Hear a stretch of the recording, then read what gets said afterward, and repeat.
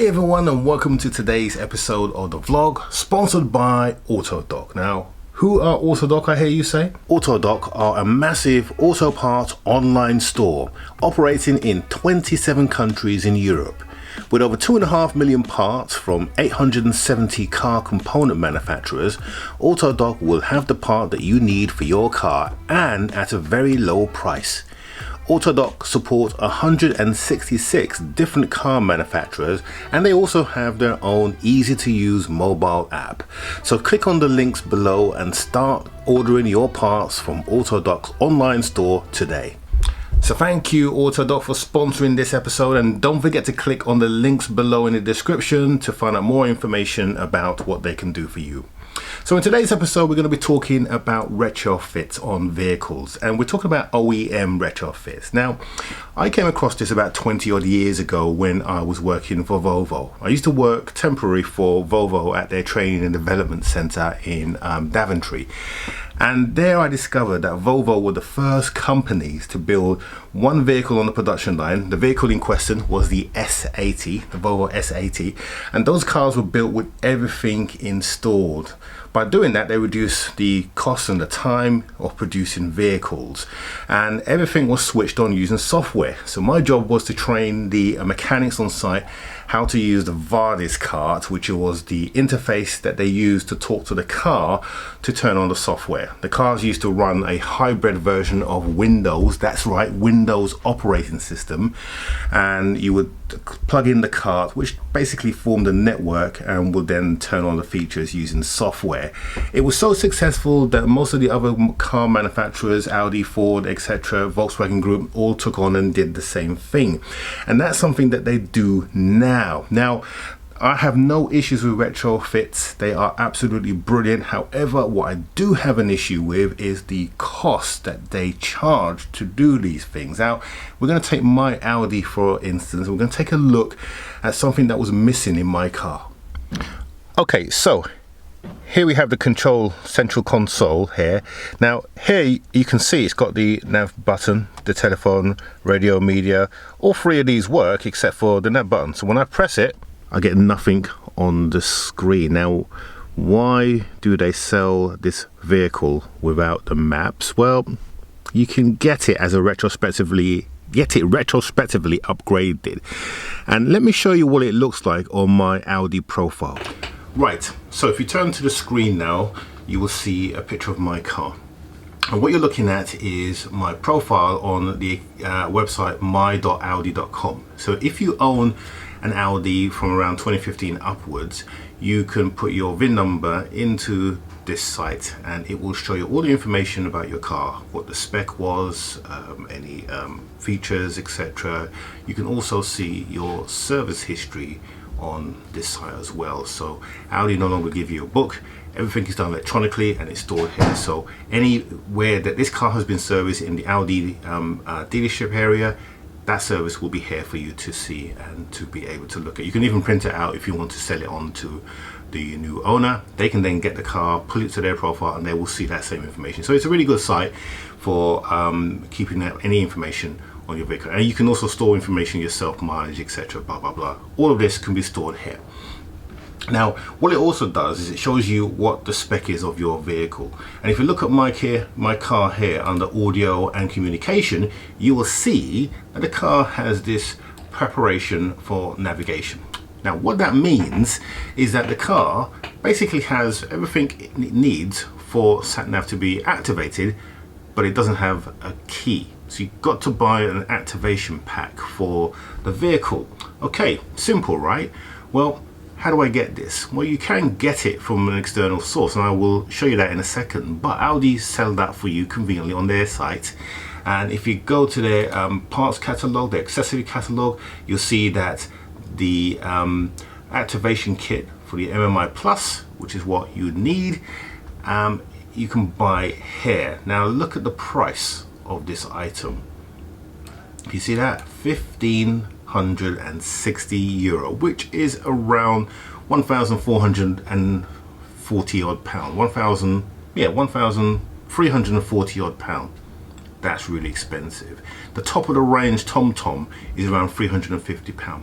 Now, This is integrated, I appreciate that, and you've got a whole lot of controls, etc. on your steering wheel so that you can activate the sat nav. And there's also the touchpad on the Audis, which is unique. So you're paying for all those additional features, but are you? Because you've already paid for the car has everything in there.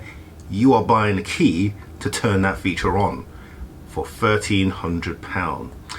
And it doesn't stop there, because that just activates the sat nav. It doesn't give you any maps. The maps are separate. To buy the maps, you need to spend a further €259, which is just over £200 for the latest 2021s and 2022 maps, or €199 or about 170 odd pound for the 2018 and 2019 maps, which is what I did. So I thought to myself, no problem, there must be another way of doing this. Well, there is. You can buy these parts third party. In fact, if you go to Audi and try to buy this, you will find that they probably won't have this in stock because this has been superseded. But down the bottom here, you do have the part number. You can highlight that part number, you can Google it, and you will eventually get various companies coming up. And the company where I bought mine is this company here, Deutsche Parts. They sell it for £398. I bought mine slightly cheaper, and they're out of stock of this, unfortunately. But that is a substantial difference. That is around the price of a top-end plug-in sat-nav system like a Garmin or a TomTom. You still have to buy the map separately, but you can do that as well. So the part number for the map is here for the vehicle, and you can see there it's around £71. So that is a much more reasonable fee, I think, to buy that. Now, I did call Audi about this to find out their thoughts on this, and as you can see me on the phone now. Good afternoon, Spirit Form Parts. How can I help? Hi, I wonder if you can. I'm after it's a MMI Navigation Plus for my car. I've got the part number.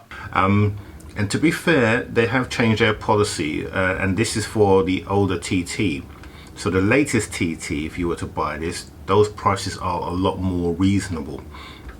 And this is not an Audi problem. This has been done throughout the whole of the motor industry. So whether it be a Ford or any other VW group vehicles, it's exactly the same for retrospect cars. So the question is, why are manufacturers doing this? Why are they extortionately charging for these retrospect fitted vehicles, parts for vehicles, and leaving the owner with no option but to go to the dealers? Because you see, once you've got those parts, you cannot install them yourself. They have to be installed by a dealer. Let me tell you the reason why. You see, Audi have to register that on their computer, which then switches it on and allows you to use that item. Without that, you cannot turn this feature on. So when you plumb in the numbers, and you need to use ODIS, which is Audi's onboard diagnostic system. And what that does is it talks to the Audi servers in Germany, tells the servers that your car has got a legitimate key. So just like when you buy software on your computer, you get a key on there that you put in and that registers it against you. This is exactly what happens with your vehicle. It registers that code against that vehicle and switches that on. It also tells all the Audi dealers this car has sat-nav on board. So when I call Audi now, they tell me, oh yeah, your car has sat-nav on there already, which is true, it does.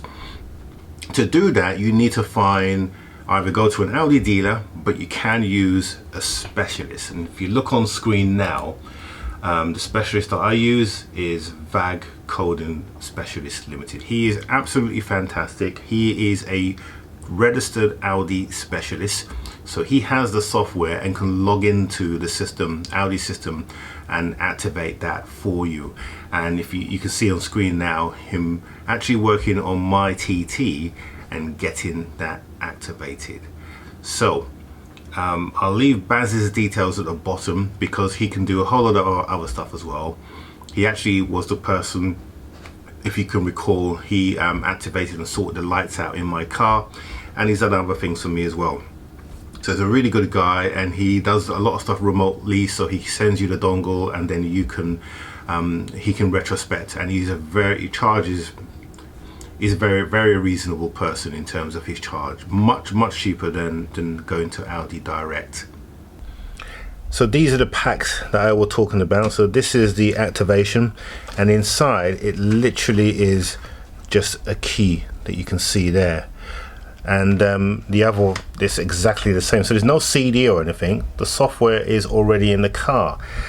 And yeah, it just frustrates me that dealers would do this in today's day and age.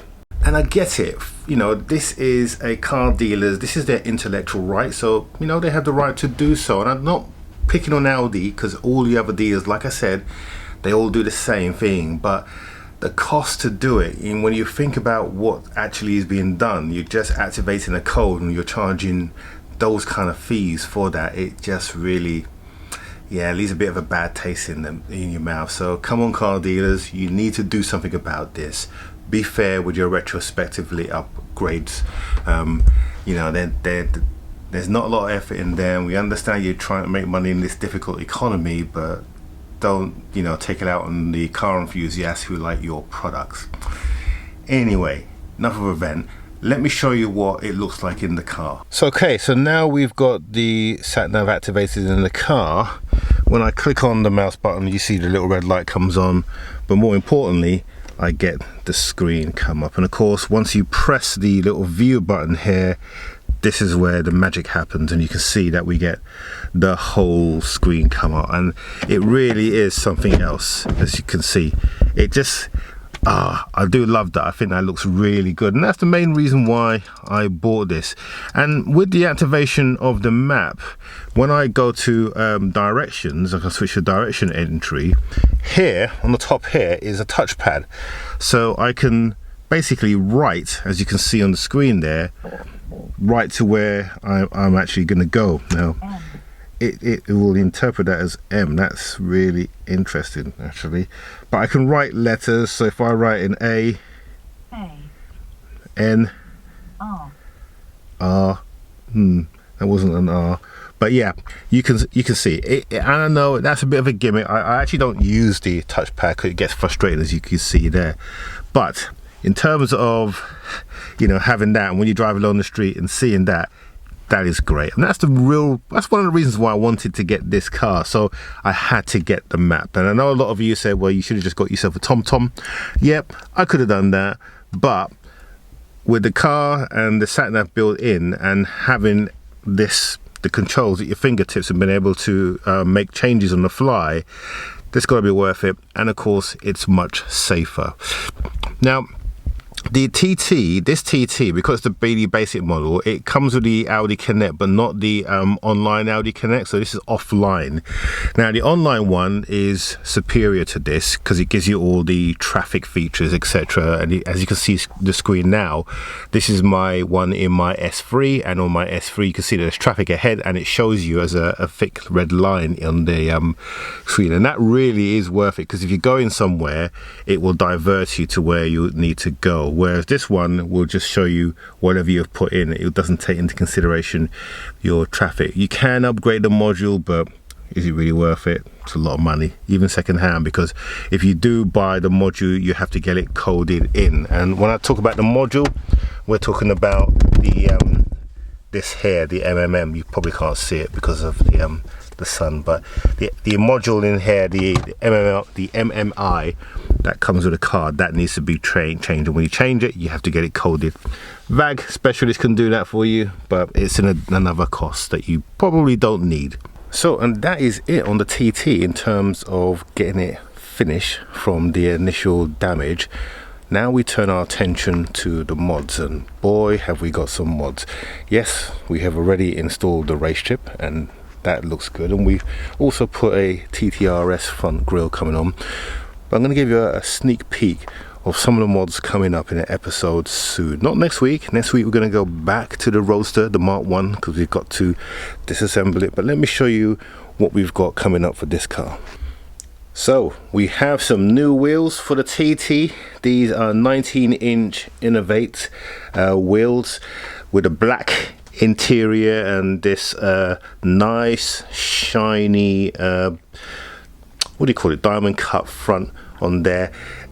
I was going to go black on black, but I just thought that this would be will make the wheels pop a little bit. So these are going to be fitted on the TT very soon, and we have got ourselves a spoiler. So this is a genuine, not a fake, this is a genuine TTRS spoiler.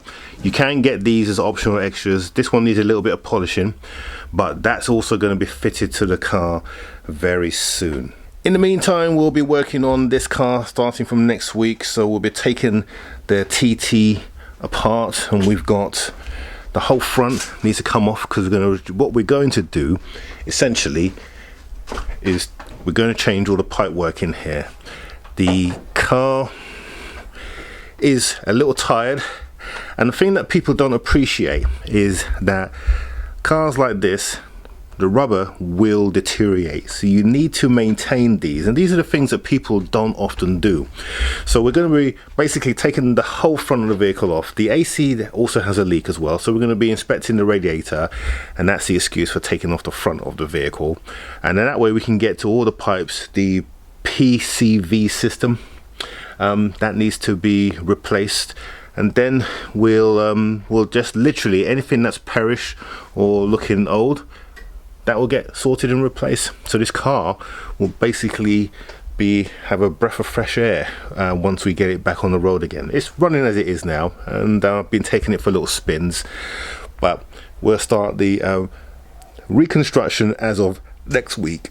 So there you go. So lots of things coming up in the channel. I want to thank our sponsor AutoDoc, and don't forget to click on the descriptions down below. And if you're a casual viewer of this channel, and lots of you are, don't forget to click on the subscription button, the subscribe button, the bell notification to tell you when we release new material, and we will see you on our next one. So next week we are back on the tools in anger. Yes, we will be getting that TT taken apart, and we'll be starting to replace all the rubber parts that have corroded over the years, as you would expect on a 17-year-old vehicle. So tune in next week, and I hope you have a good week. We will see you on the next one.